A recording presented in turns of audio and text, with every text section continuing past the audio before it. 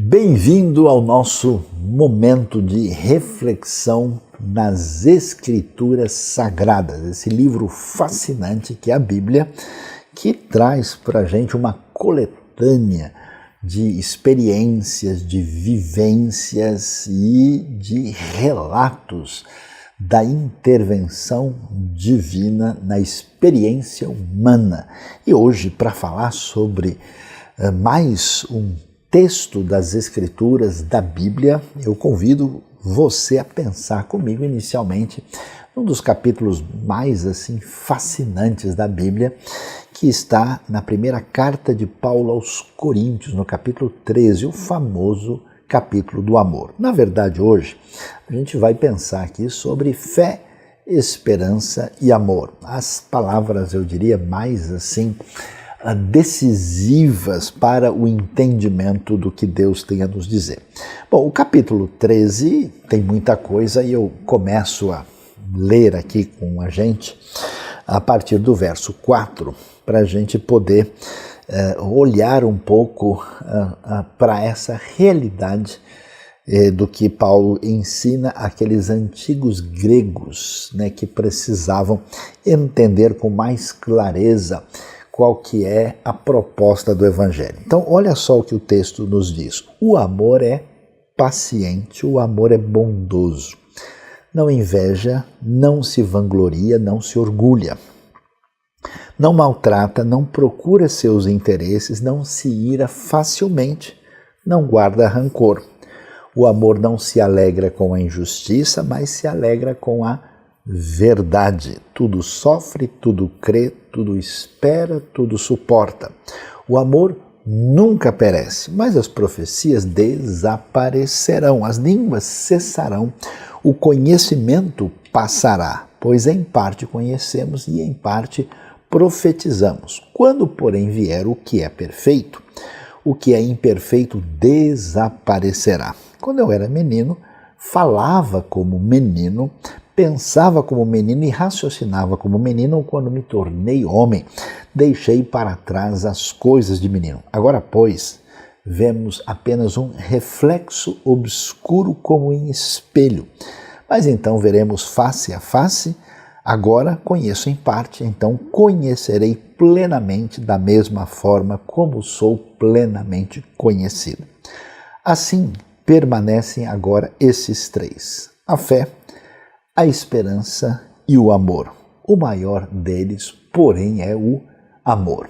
Uau, que coisa interessante! Quando a gente vê esse texto, é importante observar que Paulo está escrevendo esta carta de orientação para uma comunidade cristã antiga e inicial na cidade de Corinto.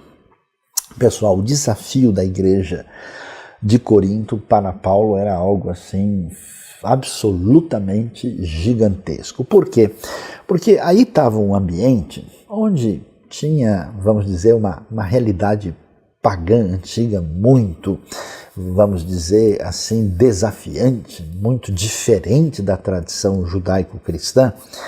E Paulo então vai anunciar o evangelho ali, e surpreendentemente, quando a gente lê Atos 18:10, Deus avisa Paulo que tem muita gente naquela cidade, e a cidade ela era um ponto de contato entre o Mar Egeu e o Mar Jônio, e a situação era complicada, porque havia muito comércio, havia um centro de prostituição, e era um ambiente muito difícil, E essa comunidade que começa a crescer na fé precisa de orientação. E olha, e se tinha um lugar onde as coisas se tornaram complicadas, eu diria que talvez a carta mais complicada do Novo Testamento é a primeira carta aos Coríntios.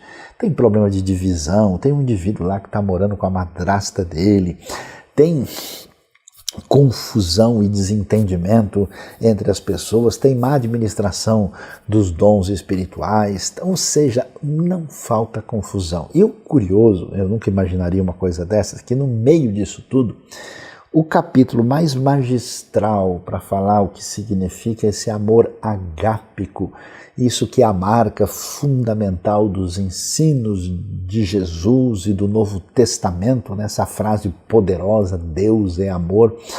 a gente vai encontrar exatamente no meio, digamos assim, desse ambiente sombrio e problemático de 1 Coríntios. E é interessante a gente olhar, né, porque não só a carta tem aí esse valor, mas a gente tem toda uma consistência histórica. Então, por exemplo, a arqueologia achou o lugar exato onde Paulo esteve quando ele foi julgado por Gálio, né, conforme o registro de Atos capítulo 18, né, quando a gente vê ali o Bema, né, como era chamado antigamente, e que Paulo passa por a situação de ter que dar satisfação do que está acontecendo, porque que houve tumulto na cidade.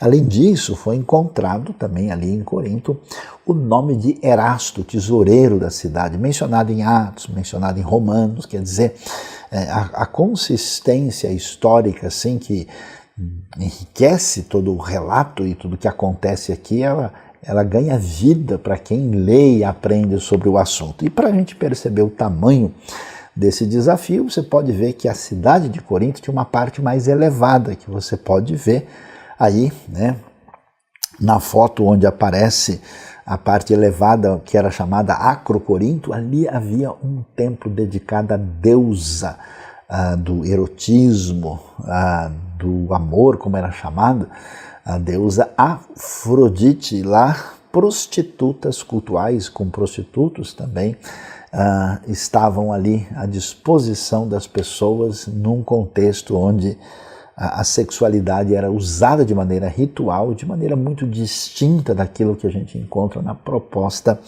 do Evangelho. Então, toda essa realidade se dá aí no meio desse mundo gigantescamente desafiante. O apóstolo Paulo traz a sua mensagem extraordinária. Agora, o que chama a atenção é que Paulo vai falar para a gente sobre essa realidade do amor. Como é que é esse amor? Ele é paciente, ele não guarda rancor.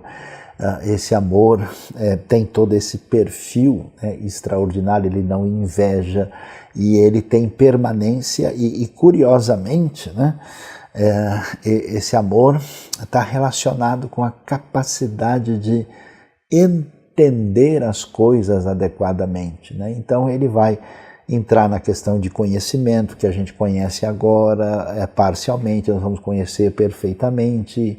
O foco envolve a redenção plena, e quando ele termina, ele vai fechar esse capítulo magistral. Ele termina com essa frase tão importante que permanece o quê? Né? A fé, a esperança e o amor, né? E termina dizendo que o maior é exatamente o amor. Agora, o que você tem? Fé, esperança e amor? Preste atenção. Se a gente puder dizer assim, Sayão, o que está envolvido realmente no Evangelho? Bom, o Evangelho é a história do amor de Deus por nós, é a salvação pela fé, pela graça em Cristo Jesus, estendida a nós por meio daquele que morreu para o perdão dos nossos pecados, ressuscitou, e quem nele crê tem o perdão dos pecados. A pessoa é salva pela fé em Jesus e ele é chamado a viver nessa dimensão do reino de Deus, dirigindo a vida pelos dois elementos fundamentais, que é amar a Deus sobre tudo, ao próximo como a si mesmo, e nós somos chamados para a missão de anunciar esse evangelho. Agora, se a gente pudesse resumir o que a gente podia chamar assim da menor teologia possível do Novo Testamento, a gente poderia dizer que o ensino se resume nessas três palavras: fé, esperança e amor. Então, essas palavras estão interligadas, elas estão interrelacionadas, são, digamos assim, as três virtudes mais emblemáticas do Novo Testamento. Então, se a gente quer, né, na nossa vida, caminhar bem nessa proposta de seguir a Jesus, a gente deve prestar atenção a essas três palavras: fé, esperança e amor, que aparece como essa tríade fundamental no desfecho apoteótico de 1 Coríntios 13. Aí você pensa, Sayão, que legal, quer dizer que então 1 Coríntios aparece isso, né? Pois é, mas quer saber de uma coisa? Não é só aí. Quer ver? Dá uma olhada comigo em 1 Tessalonicenses capítulo 1, que é uma carta escrita logo no começo, né, aí do projeto de ensino de Paulo à distância, né, para as comunidades da fé. Paulo tinha acabado de passar lá por Tessalônica na segunda viagem missionária, e aí ele escreve o quê? Paulo, Silvano e Timóteo, a igreja dos Tessalonicenses em Deus Pai e no Senhor Jesus Cristo. A vocês graça e paz da parte de Deus e de nosso Senhor Jesus Cristo. Sempre damos graças a Deus por todos vocês, mencionando-os em nossas orações. Lembramos continuamente, diante de nosso Deus e Pai, o que vocês têm demonstrado. Atenção! O trabalho que resulta da fé, o esforço motivado pelo amor e a perseverança proveniente da esperança em nosso Senhor Jesus Cristo. Você observa bem que, mais uma vez, né, fé, amor e esperança aparecem aqui também, como nós vimos em 1 Coríntios 3. Agora, o que chama a atenção, porque assim, eu estava um dia conversando, né, com um amigo meu sobre essa questão de como é que a gente pode ser um bom cristão, e eu notei uma coisa interessante. Ele dizia assim, não, porque eu acho bonito quando eu vejo uma pessoa cheia de fé, né? Você percebe aquele sentimento profundo em que a pessoa está com o coração assim tranquilo e calmo, né? Você vê que no olhar sereno que a pessoa tem bastante esperança, né? E olha, a gente quando está bem com Deus, a gente sente aquele amor.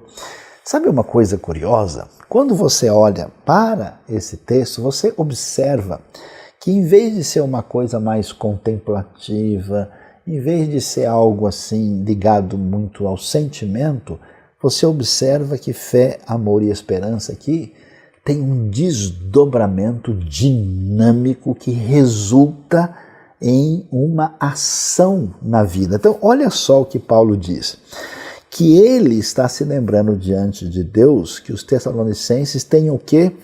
Um trabalho que resulta da fé. Percebe?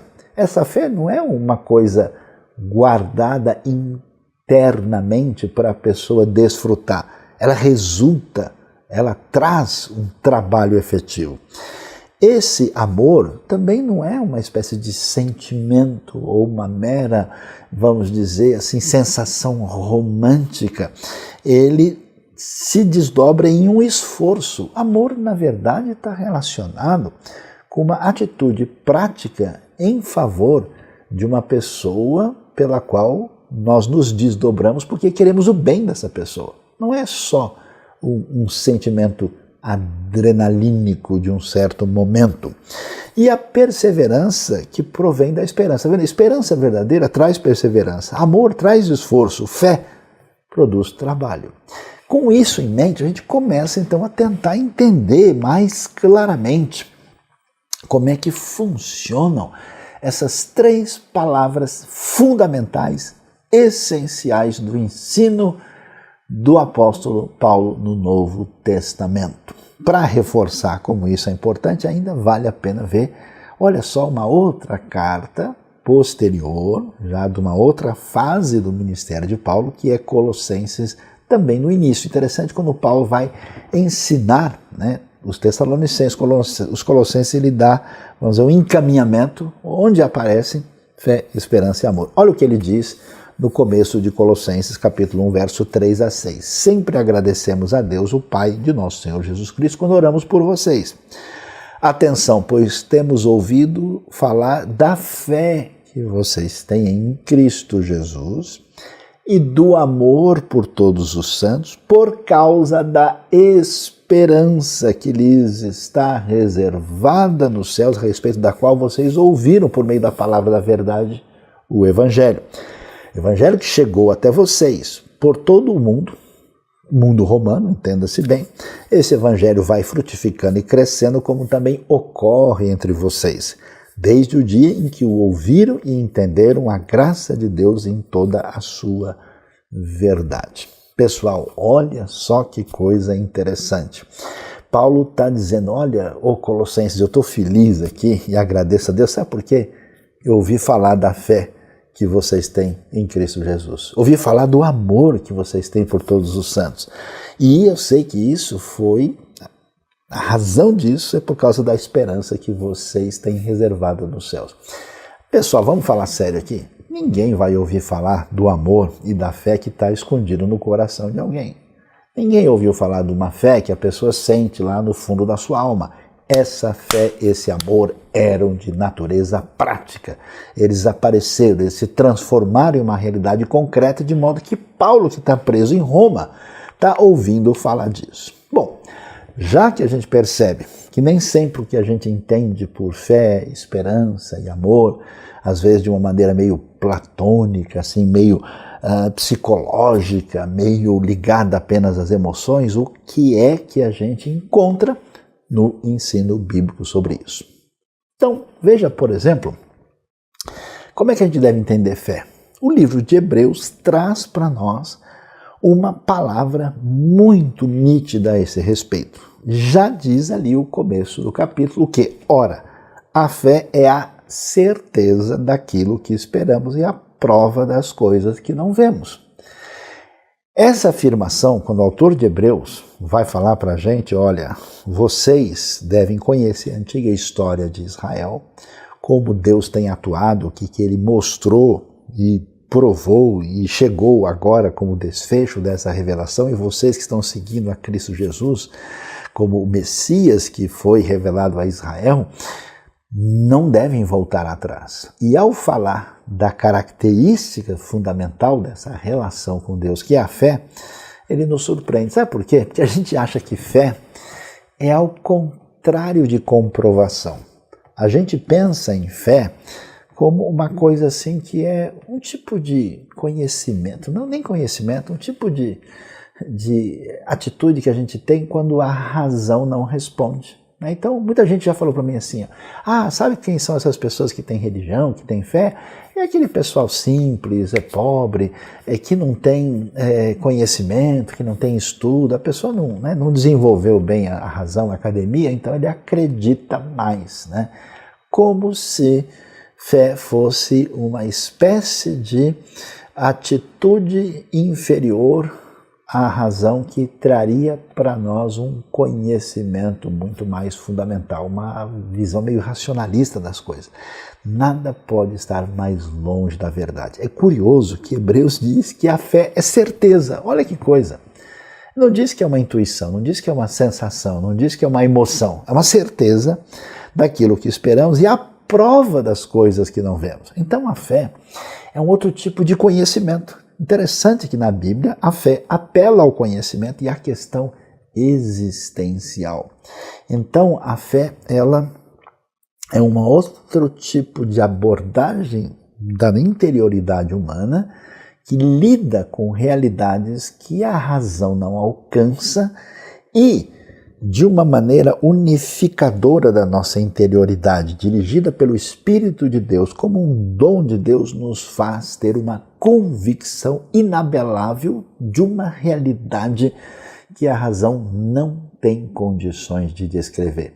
Então não são tipos de conhecimento que estão em oposição, pelo contrário, eles estão numa certa sintonia. Por isso é tão interessante ver que há grandes estudiosos na história humana que perceberam isso.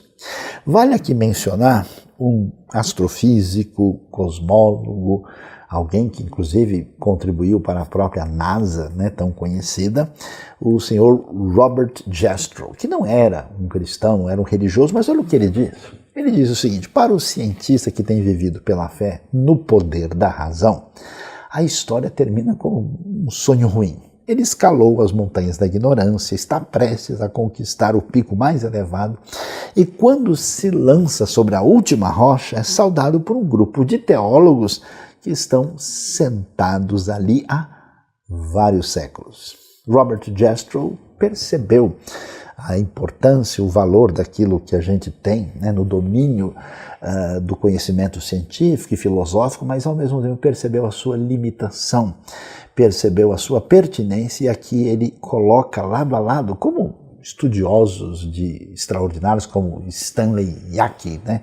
Um doutor em física e também em teologia, que sabia conversar dentro dos dois universos de uma maneira fundamental. Então a gente vê que fé não é simplesmente um sentimento. Fé não é um refúgio de gente ignorante que, para lidar com os conflitos difíceis da vida, se joga atrás de qualquer coisa supersticiosa para acalmar as suas emoções. Não, fé é uma convicção poderosa que ultrapassa a realidade limitada do poder da razão humana. Agora, a fé é interessante que, ao contrário do que muita gente imagina, não só ela não é sinônimo de irracionalidade, como ela também não é sinônimo de uma espécie de quietude ligada a uma atitude de omissão em relação à vida.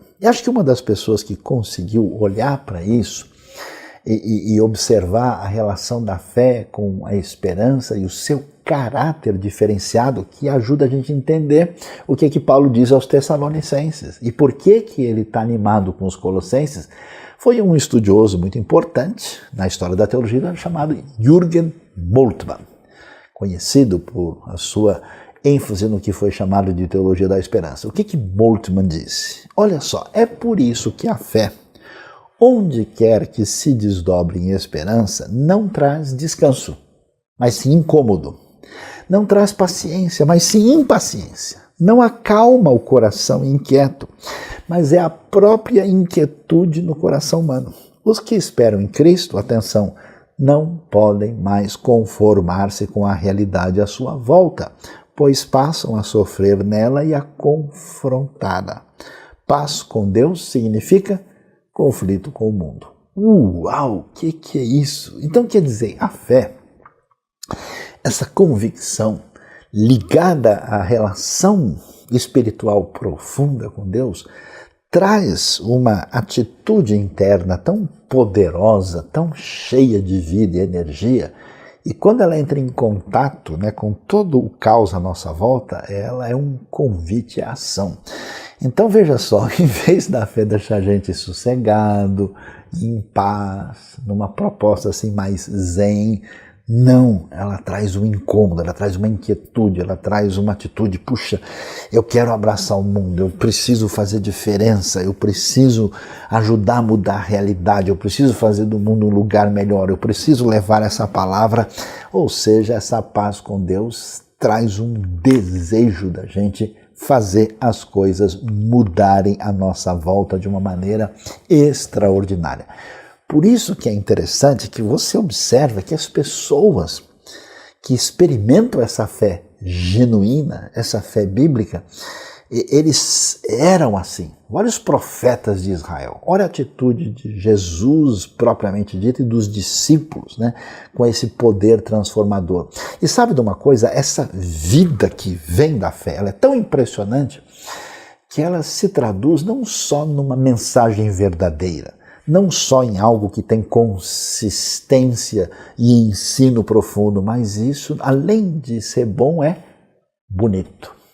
O prato da fé não só alimenta e tem nutrientes, como ele é esteticamente agradável. Por isso, olha que coisa interessante, você vai ver que o texto bíblico, veja aqui, nós estamos falando de cartas de Paulo, quer dizer, conversa pessoal com a comunidade. Ele é cheio de beleza literária. Então o texto bíblico tem narrativas, ele tem parábolas, ele tem uma diversidade literária e é cheio de poesia. E quando eu penso sobre isso, eu me lembro das palavras de um estudioso muito importante na história da filosofia e da teologia, o senhor Søren Kierkegaard. O célebre dinamarquês, por exemplo, disse uma coisa muito interessante que ajuda a gente a entender a profundidade dos salmos e de muitas poesias bíblicas que mostram essa relação dessa fé doída, cheia de incômodo com a realidade à nossa volta. Olha o que ele disse. O que é um poeta? Um indivíduo infeliz que esconde profunda angústia no coração, mas cujos lábios são tão preparados que quando o suspiro e o grito passam por eles, tudo soa como música adorável. Conhece aquela história, né, do indivíduo que já não podia mais escutar e vendo uma pessoa animada, né, dançando alegre ao som da música, olhava para aquilo e falava, não é possível, esse sujeito não funciona bem da cabeça, por que ele está mexendo para tudo quanto é lado? Porque ele não podia escutar a música. Da mesma maneira, quem não tem a dimensão da fé não consegue entender por que quem está cheio de fé celebra, inclusive, tantas vezes com muita dor. E olha só esse poeta, a multidão cerca o poeta e diz, cante logo novamente, ou seja, que novas dores atormentem sua alma, mas que seus lábios estejam tão preparados como antes, pois o grito apenas nos assustaria. Mas a música é pura felicidade. É curioso como você vê na Bíblia essa relação diferente entre angústia, aquele incômodo, aquela situação difícil e como ela se traduz nesse contato diferenciado com Deus em fé verdadeira que tantas vezes vira poesia e impacta, traz vida, atinge de uma maneira diferenciada o meu coração, o seu coração e muda a nossa vida. Por isso é interessante. Eu tenho tanta gente que eu conheço que é gente boa toda a vida, sabe? Mas essas pessoas, eles experimentaram a fé em alguma medida e eles tentam passar isso para os outros. Mas assim, sabe quando você comeu uma fruta diferente, né? Uma vez eu estive no sudeste da Ásia e comi uns negócios lá e quando chega aqui e tenta explicar o que você comeu, você não consegue, né? Porque como é que você vai explicar um sabor, né? Como é que você vai explicar uma determinada textura? É difícil, né? Há certas coisas que só a vivência pode traduzir. Então a pessoa tenta meio que forçar a barra até para explicar a fé, né? E não consegue. Por isso eu me lembro, né, para a gente entender como é que é essa dimensão da fé, das palavras sábias, talvez do maior filósofo de toda a tradição medieval, o senhor Tomás de Aquino. Olha o que ele disse. Para aqueles que têm fé, nenhuma explicação é necessária. Para aqueles sem fé, nenhuma explicação é possível. Porque a pessoa não tem sintonia. Então, é difícil, mas algumas pessoas que experimentam a fé, às vezes tentam forçar a barra para tentar forçar a situação diante de quem não está entendendo.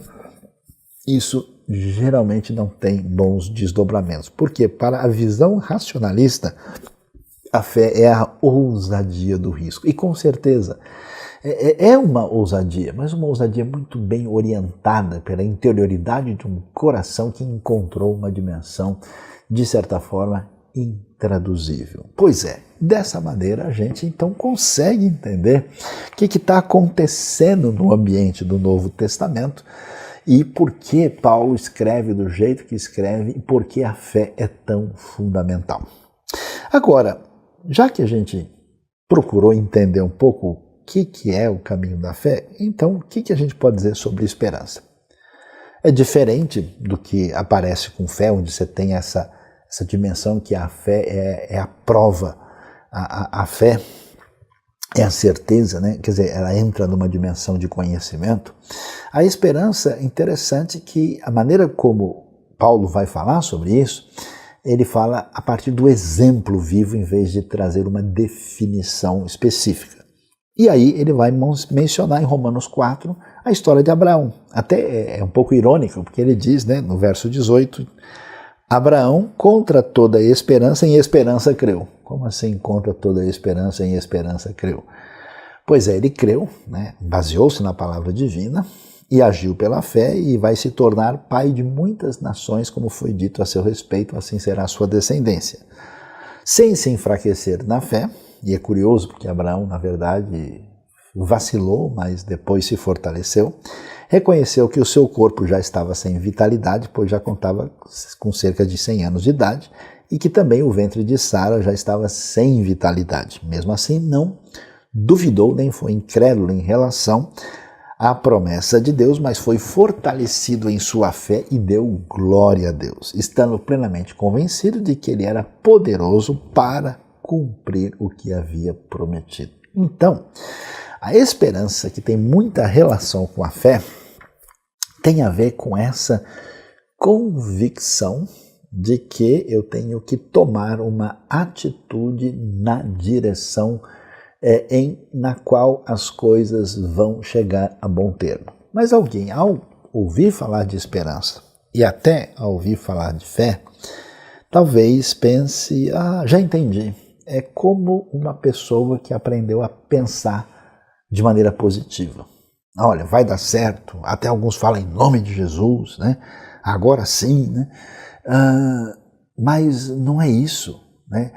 Esperança não é uma expectativa de que as circunstâncias vão melhorar. Olha, se eu fizer isso, se eu agir em conformidade com a orientação divina, tudo vai ser melhor na minha vida. Eu vou passar por menos problemas, as coisas vão melhorar. Olha que coisa curiosa.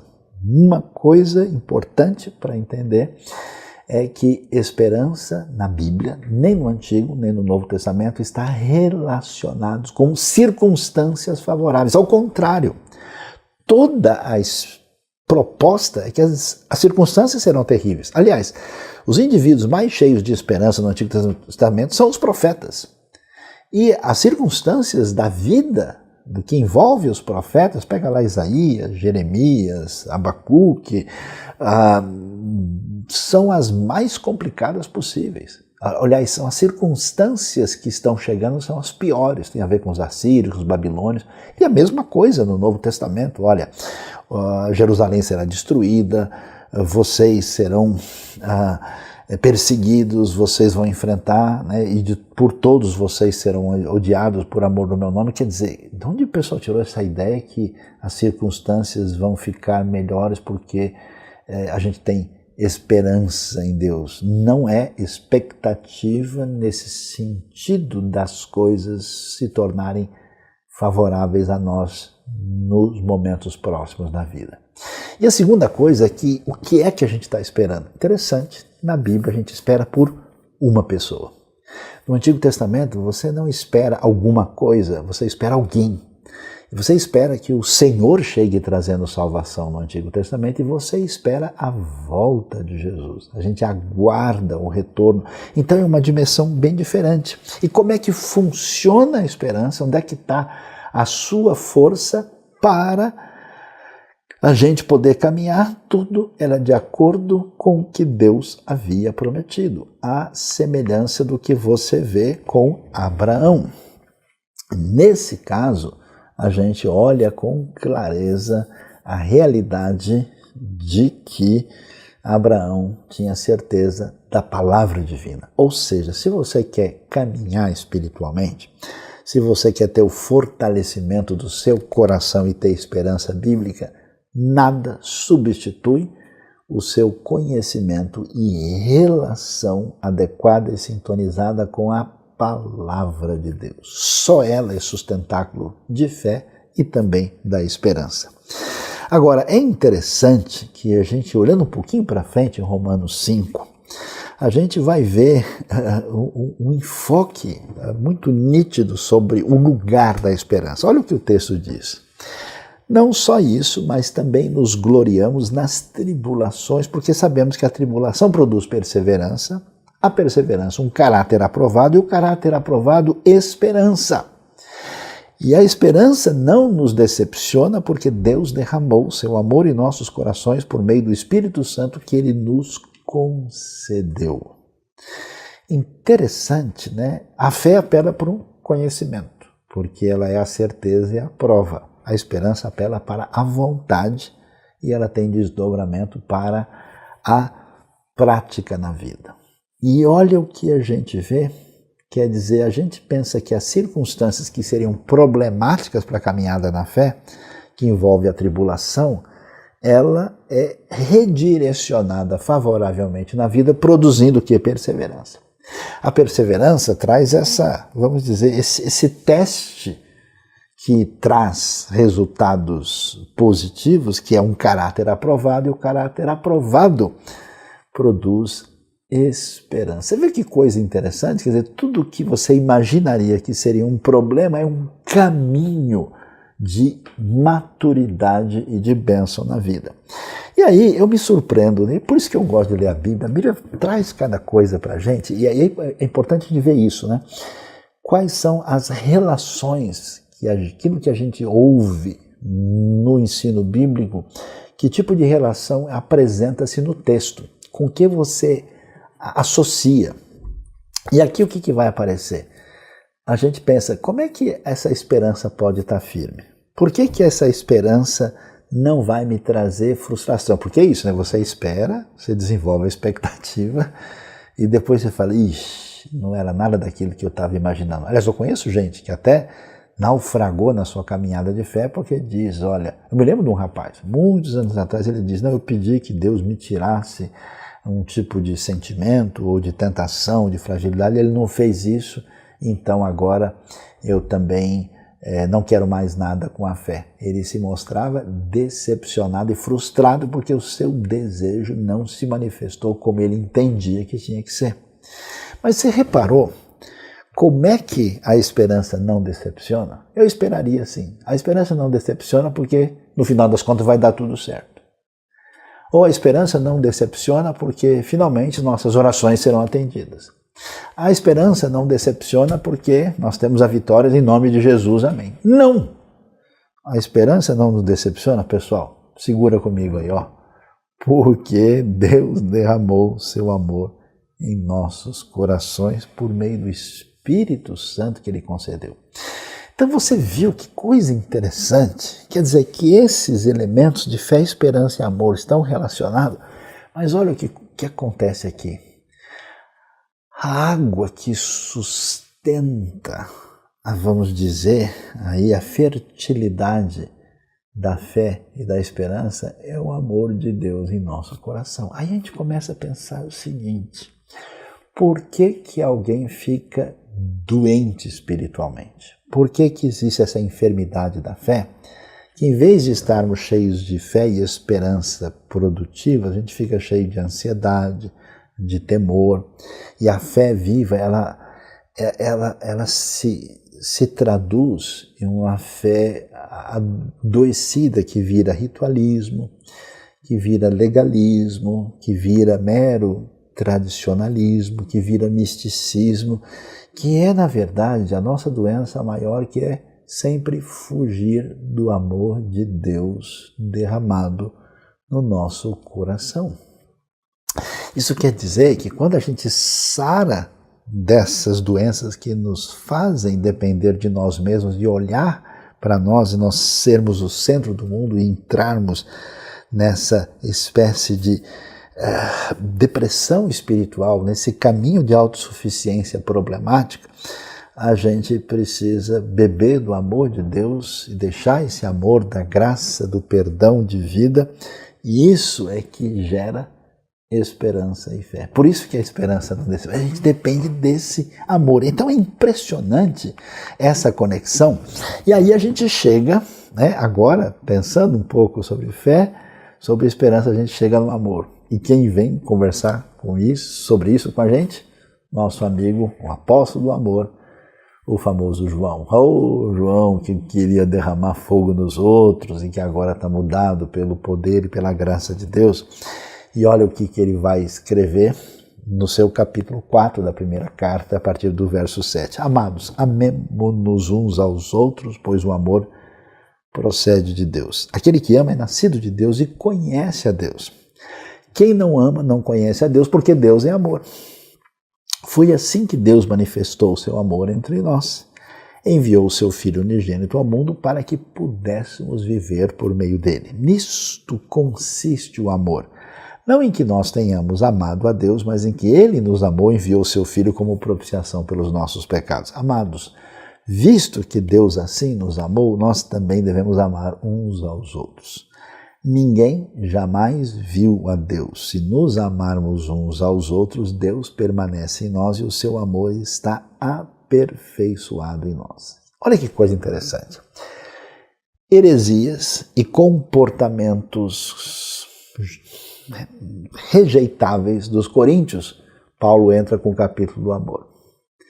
Heresia, no contexto da carta de 1 João, João vai orientar o pessoal, ele vai enfatizar a importância do amor. Você percebe como o foco é esse?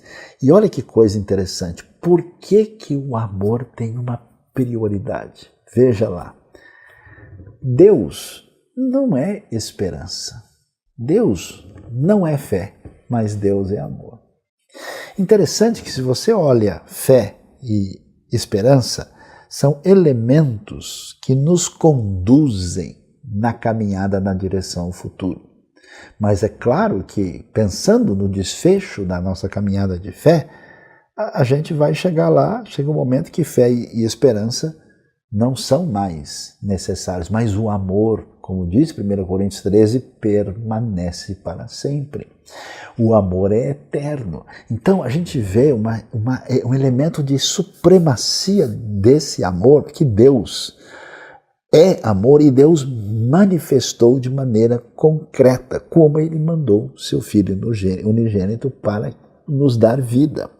E como é que funciona isso? Não que nós tenhamos amado a Deus, mas Ele nos amou, trazendo o perdão, a propiciação pelos nossos pecados, e por isso a marca do cristianismo autêntico é quando os filhos de Deus amam uns aos outros. Então, é interessante que tem tanta comunidade cristã que se identifica mais pela sua forma de governo, pela sua ênfase teológica e tal, pelo seu tipo de batismo, pelo seu jeito de fazer a ceia do Senhor, por uma série de coisas, enquanto aquilo que é essencial tem a ver com esse amor de Deus. E é interessante, né?